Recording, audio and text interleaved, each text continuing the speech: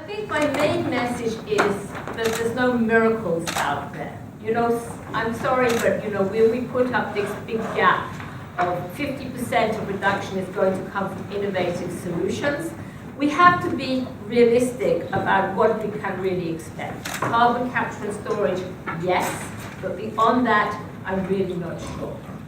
So this talk is partly coming from the report we published a few years ago, which has been referred to by many presenters and can be downloaded online. And of course, I start by outlining the importance of cement and the fact that it's just not possible to replace it by any other material. Roberts showed that it's really a low energy material, lower even than wood. But, you know, even if that wasn't the case, today wood is about 15% of cement production, and that's already not sustainable. We're cutting down more forests than we're planting. So there's no way wood can in any significant manner make an impact on the demand for cement. Now, urgency is really the key word. This is a countdown clock you can download online, or you can look at online, which is counting down the time till we exceed the CO2 budget for the 2-degree scenario. You can also look at the 1.5-degree scenario, which actually is calculated to be exceeded in something like 8 years. So clearly we are going to overshoot. Clearly, we are then going to have to do things which take CO2 out of the atmosphere, like carbon capture and storage, like reforestation, but these will have a huge cost. So anything we can do now to reduce the CO2 emissions will have a huge saving in terms of what we have to spend later. And there are things that really can be implemented in the short term. But again, I think, you know, we're having this meeting in Europe. I know there are lots of people from outside Europe, but nevertheless, I think we still have a little bit of a Eurocentric perspective. And we have to realize that Europe and the other OECD countries are only responsible for about 10% of cement consumption. And that's not going to change. Of course, China has been a big game changer in the past few decades. Now we're looking to India and Africa, where we have these incredible figures for the number of people, the increase in the world population, and the increase in people living in urban areas. These will require concrete to give them decent homes, and if we cannot provide this concrete, then we will have other problems of mass migration, etc. So, you know, concrete should not be seen so negative. And to be used in these countries, we need to have solutions which are practical, that can be used really by unskilled workers. Often in these countries, the mixing of concrete is done by volume batching, like you see here, and it also needs to be economically viable. So while in Europe, we could probably quite easily tolerate the cost of carbon capture and storage, I don't think that's going to be the case in countries like India and Africa. This is just not going to be tolerated, leave alone the fact that, as we've seen, the most viable way of storing CO2 is in exhausted oil and gas wells, and these are not so widely available in those countries either. So our report was put together by a task group who had 3 meetings. You may recognize several other people here at this meeting in this photo. And we took as our starting point the original CSI study done in 2009, which said that, you know, of course we can have savings from alternative fuels, from increased energy efficiency. But what was particularly shocking in this presentation, in this study, was just the very small amount that was deemed to come from cement substitution. And the reason for that was the short supply of conventional supplementary cementitious materials. And clearly, if we can unlock that potential of supplementary cementitious materials, we can go a lot further. For example, in this version of the CSI study, the level of clinker substitution was considered only to be able to go to about 70% because of the limitation of conventional SEMs. And of course, we've seen several times already today this slide about carbon capture and storage. The issue is cost, and really will this be viable in developing countries where 90% of the cement is going to be produced. Now, at the beginning I said what the main message I want to convey is that there's no miracles out there. And we have to realize that, we live in this universe where elements are produced by the processes that go on in stars. And because of this, we end up on Earth with this distribution of elements. That we have just 8 elements, which are oxygen, silicon, aluminium, iron, calcium, sodium, potassium, magnesium. These make up 98% of the Earth's crust. So clearly, for a material we use in such incredible quantities as cement and concrete, we can't really go outside these 8 elements. I mean, already we don't even see sulfur there, and we know there's the shortage of getting gypsum deposits. And this is a constraint, but it also means that we can't really exhaustively study all possible options. And we can consider the possible options in terms of how hydraulic cements work. Now, the essential way hydraulic cement works is this. We start off with this gray powder floating around in water, and then we have this process of, first of all, dissolution, that the gray grains dissolve in the water, and then we have a process of precipitation, that they precipitate hydrates, which are relatively insoluble, and so bind the grains together. And in this way, we go from a fluid suspension, which we can place in forms, to a rigid solid which has strength. This is the basic idea of how cement works. And if we then consider that, according to the different elements we have, which are found in forms of oxides, what we find is that the alkalis, sodium and potassium oxide, they're way too soluble. They're never going to deposit the hydrates. On the other hand, the iron and magnesium, these have too low solubility. And we know this because this is a picture of a piece of concrete which was 30 years old. You can see these very bright areas here. This is the iron, and it hasn't moved from where it was in the original clinker. So in 30 years, the iron moved nowhere. It didn't contribute to all this deposition of hydrates we can see now filling the space between the grains, which give us the strength of the concrete. And it's a similar story for magnesium, that here we see a slag cement. Of course, we know that slags contain quite a high amount of magnesium. And these slag grains here are now surrounded by this dark product, because this dark product is where it is localized all the magnesium. And again, that didn't move into the space between the grains. It didn't give us the strength. So that means we've now gone from the whole composition of the Earth down to a system of just 3 oxides. Okay? And there's no magic in this. It's just pure science. And in that system of 3 oxides, which of course we know very well, we have only 2 regions in which we have materials that will act as cement. We have this region here of the calcium silicates, which of course is Portland cement. We also have this region here, which is where we find the calcium aluminates and also, in fact, the calcium sulfoaluminates. And these look very interesting because you see they're much further from this apex here, which is the calcium oxide apex, and that means we need less limestone, less CO2 emissions to produce them. So we can produce calcium aluminate cements, calcium sulfoaluminate cements with less CO2.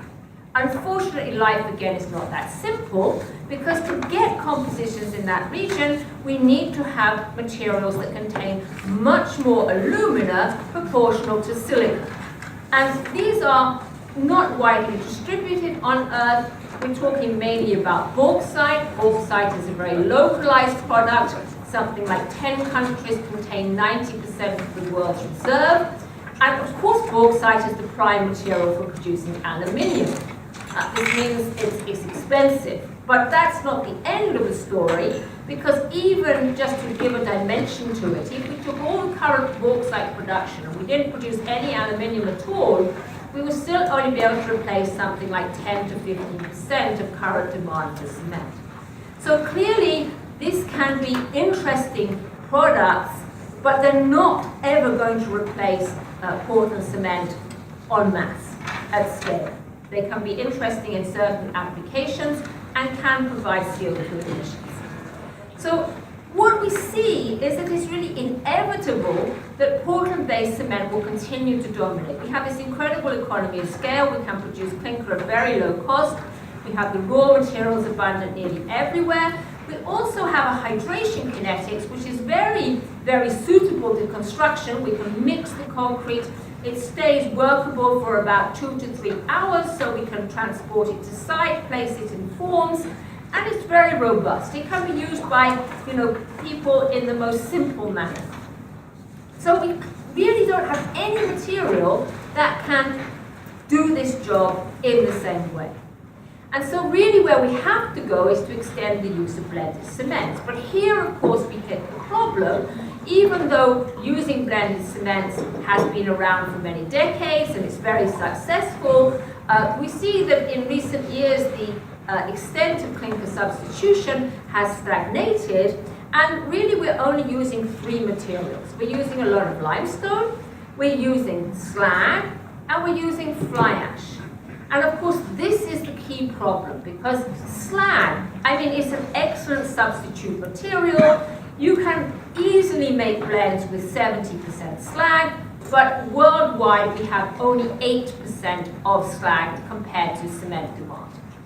And 95% of that slag is already used in cement or concrete. So there's not really any further potential from slag. Of course, we keep using slag. It's very easy to use. It's a very good material, but we can't extend our rate of CO2 reduction for using slag. And similarly, if we talk about diverting some of that slag to make things like alkali activated materials, we're going to have a net CO2 increase, because we're now going to have to put activator in it. We're going to have to use things like sodium silicate, which of course also has a CO2 footprint. Fly ash, slightly more available, but very variable in quality. And if we're going to tackle this CO2 problem, then fly ash has to be the first thing that's going to go. We have to stop burning coal, because coal is producing 60% of world CO2 emissions. And people have done a lot of work on sort of things like vegetable ashes. They're available in small quantities. We perhaps have some more potential through natural pozzolans, but they're very localized and often have very low reactivity. Of course, we have almost unlimited amounts of limestone, but we know that when we go to levels of substitution about 15%, we're just really diluting our cement.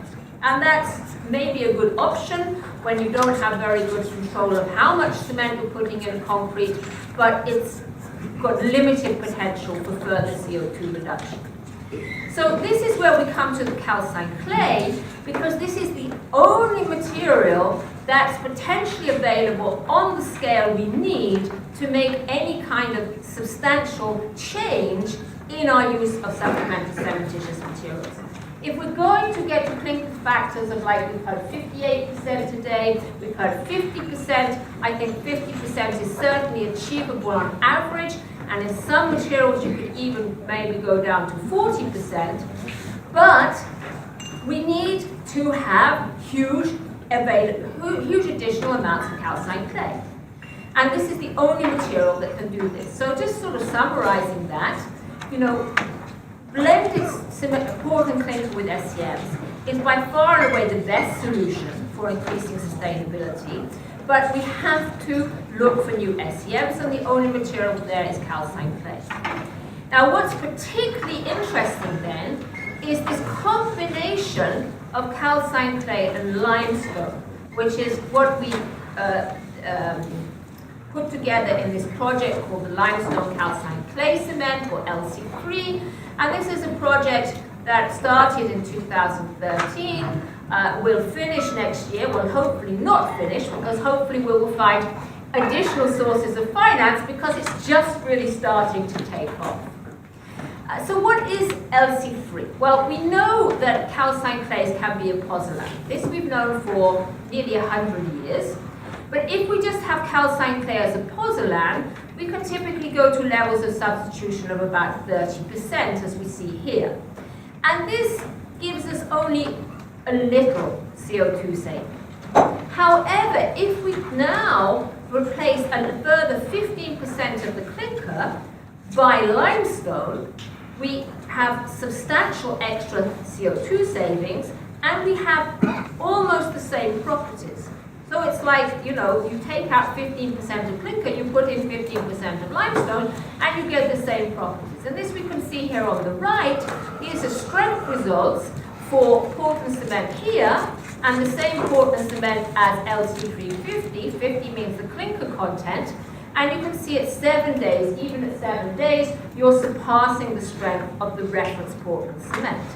So you've got 50% less clinker, somewhere between 30 and 40% less CO2, similar strength, and some properties, notably chloride resistance, which is the major durability issue with concrete, dramatically improved. Also resistance to alkali-silica reaction. We're running out worldwide of non-reactive aggregates, so this can also be a way to be able to use different aggregate sources.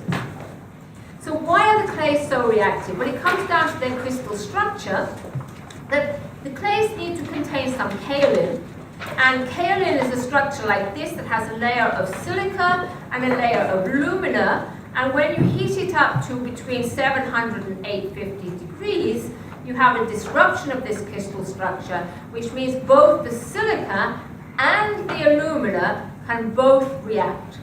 And now, when we also put in limestone, that alumina contained in the kaolin, the metakaolin, can react with the limestone to give us the space-filling hydrates of mono and hemicarboaluminate. This is already what can form to a limited extent in limestone cement, but it can go much further in these LC3 systems. So here we compare the strength development for binary and ternary systems containing either clay, slag, or fly ash, and for the binary systems here, we had 30% substitution, that's to say 70% clinker, while for the ternary systems, we then put in an extra 15% limestone, so we're down to 50% clinker. And here you see, apart from at 1 day, that already at 4 days, the calcine clay systems are outperforming by quite a long way both the slag and the fly ash. And today, often the limitation on using blended cements is early strengths we can get in a few days. You know, some people say this material has wonderful strength at 180 days, but whoever designed a building on the basis of 180 day strength? I mean, this is just really a joke, because very little concrete is ever going to see wet curing conditions for 180 days. Now, the kind of clays we need are really just about everywhere. I mean, the very best regions are this yellow region. I mean, no surprise, this is China, where the word kaolin comes from, and the pink regions and these light green regions. So even in Europe, we have quite a lot of reserves, but even outside these regions, we can almost always find very good clays. I mean, for example, we've been working in this area of Rajasthan, Gujarat in India, which is not in one of these color codes, but still found incredibly large reserves of clay. And large reserves of clay often present like this. This is a quarry in India where they've been extracting clay for making ceramics, and this is all the substandard material that's no good for making ceramics, but this all contains about 50% kaolin. To give you an idea of the scale of availability, the Chinese partners we're working with tell us they have one single site where they've been extracting some other mineral, where they have 3 billion tons of spoil heaps containing 50% kaolin. So, I mean, worldwide, we just have no effective limitation on this. It's just a question of accessing. So this has been produced already in Cuba and India. We've shown that you can take it into factories, the users can use it on the same one-to-one basis with no supplementary training. We can have good fluidity. This shows you some of the demonstration structures we've made in Cuba and India. The key advantage, as I said, are chloride resistance. This shows you again the chloride resistance of the OPC here in black, the mixtures with slag, the mixtures with fly ash, and you can see best of all on the mixtures with calcined clay. And this is due to the very dense microstructure that can develop very quickly in just 3 days. And we can see this in the TEM image here, that there's really no big pores for the chloride to access. Alkali-silica reaction, no reaction after 3 or 4 years, and we know this is due to the release of low quantities of alumina in solution, which suppresses the reaction of silica. So the potential of this, going back to the original roadmap, is really huge, because if we could just go down to a clinker factor of only 60%, we could save this much extra CO2, which is equivalent to the whole CO2 emissions of France. And fortunately, we now start to get a lot of interest. These are the countries where we have different levels of interest. The green ones are where people have really made full-scale trials and even going into production. The yellow ones are where there's serious interest. The orange ones are sort of coming behind with first expressions of interest or academics working on it. And I hope many of you will come to our conference in Delhi this year. So I just want to take one more minute to really say that, this is one part of the puzzle. We have to think about reducing clinker in the cement, but then we also have to develop that in terms of reducing cement in concrete, reducing concrete in buildings, reducing more efficient use of buildings. And we have to find ways of incentivizing that. I really appreciated the presentation earlier, which talked about how we can really think about new carbon pricing. Because we can do this actually with no extra technology, no miracles. If we consider all parts of the value chain, and this is what we did in this report we wrote for the European Climate Foundation, we really can imagine with a scenario here, which is just implementing known technologies throughout the value chain. It's not easy. I mean, we don't need to invent fantastic new solutions, but we do need to implement them, and that's not simple or trivial in any sense at all. But then we can get a very major contribution to CO2 savings, which of course we then probably have to supplement with carbon capture and storage. But any extra saving that reduces the need for carbon capture and storage is saving incredible cost. And this can be as simple as reducing the cement content in concrete. This graph here shows the amount of binder intensity per meter cube per megapascal. So it's normalized for strength. And the important thing here is the huge spread. So we have 4 times as much cement in the concrete here for the same strength as we do down here. And this largely means we have to go from site mixing to industrial mixing, which can be much better controlled, and probably in the longer run to more precast use. We should also avoid wastage. The wastage around the world, particularly through the use of bagged cement, is quite unimaginable. In China, for example, they banned the sale of bagged cement in big urban agglomerations, and they reckon the mitigation potential of that would be 15%. So we really have to bring all these technologies together in order to realize that. This is how we showed in the report of the United Nations the potential of these 2 things, calcined clay and limestone, and more efficient concrete, as having huge potential compared to the small potential here from things like calcium sulfur aluminate cements, which of course do have good potential, but they just don't have the raw materials we need to produce them on scale. So, to conclude, I think we have to really accept that future cements will continue to be based on Portland cement clinker. There's no miracle alternative out there, and therefore the best way to go is to increase levels of incorporation of SCMs. If we want to do that, then calcined clays are the only realistic option, and we can have this incredible synergy, then we can get very similar properties to a CEM 1 with only 50% clinker and clay and limestone. So the calcine clays can also improve chloride ingress and ASR. And I think we really have to stop staying in our little Eurocentric view. And Europe can play a big, important role worldwide, not least through changing standards, not only cement standards, but also concrete standards, and of course, research. We have some of the best researchers here in Europe, but they should really be looking to help the use of cement throughout the world. I think we have to engage with the whole world in this regard. So, thank you very much for your attention.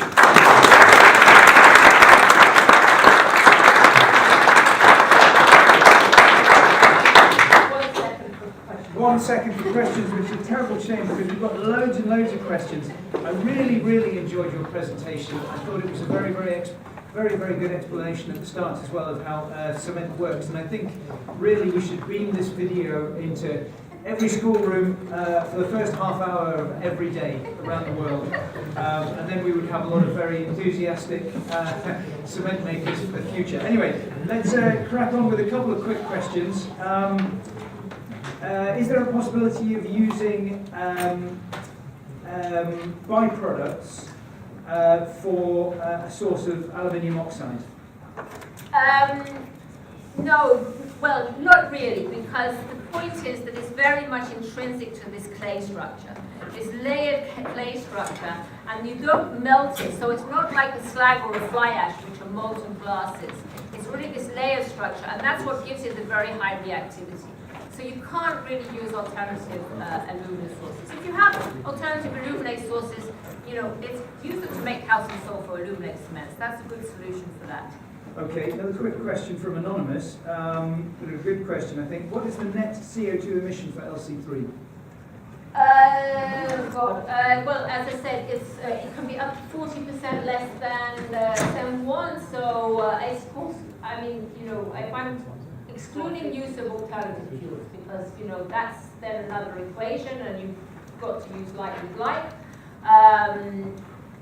I'm not going to give an answer there because, as I say, we've done these calculations, 40% reduction, and then you know what it is for CEM 1, and you can work it out. But it's going to depend on the local environment and what kind of fuel mix they're using and everything like that. Well, you're looking at a 40% reduction. Yeah. Okay. Another quick question. This is from Lucas Arno. Do you need a special kind of clinker in LC350 blend? No, we've done it with high C3A clinkers, with low C3A clinkers. We've done it in India, we've done it in Cuba, we've done it in Europe. So you can do it with really, as far as we can see, on any clinker at all. Okay. Unfortunately, that is all the time we have for questions. There are a number of other questions that we could have asked you, all very good questions, but we just don't have the time. So please, let's once again thank Professor Scrivener.